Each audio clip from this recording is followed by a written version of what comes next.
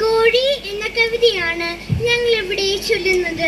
ഒരു തള്ളക്കോഴി തന്റെ കുഞ്ഞുങ്ങൾക്ക് പറഞ്ഞു കൊടുക്കുന്ന ഈ ഉപദേശം ഏതൊരമ്മയും തന്റെ മക്കൾക്ക് പറഞ്ഞു കൊടുക്കുവാൻ ആഗ്രഹിക്കുന്നവയാണ്.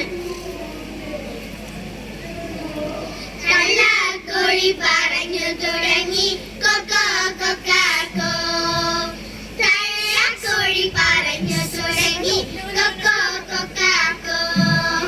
കൊക്കിനുള്ളിലുടക്കിയതെന്തേ കൊത്തി വിഴുങ്ങിയ മുള്ളോ. ഉള്ളിലുണങ്ങാത്ത നോവിന്റെ കണ്ണിൽ ഊറിയ നീറും നീരോ.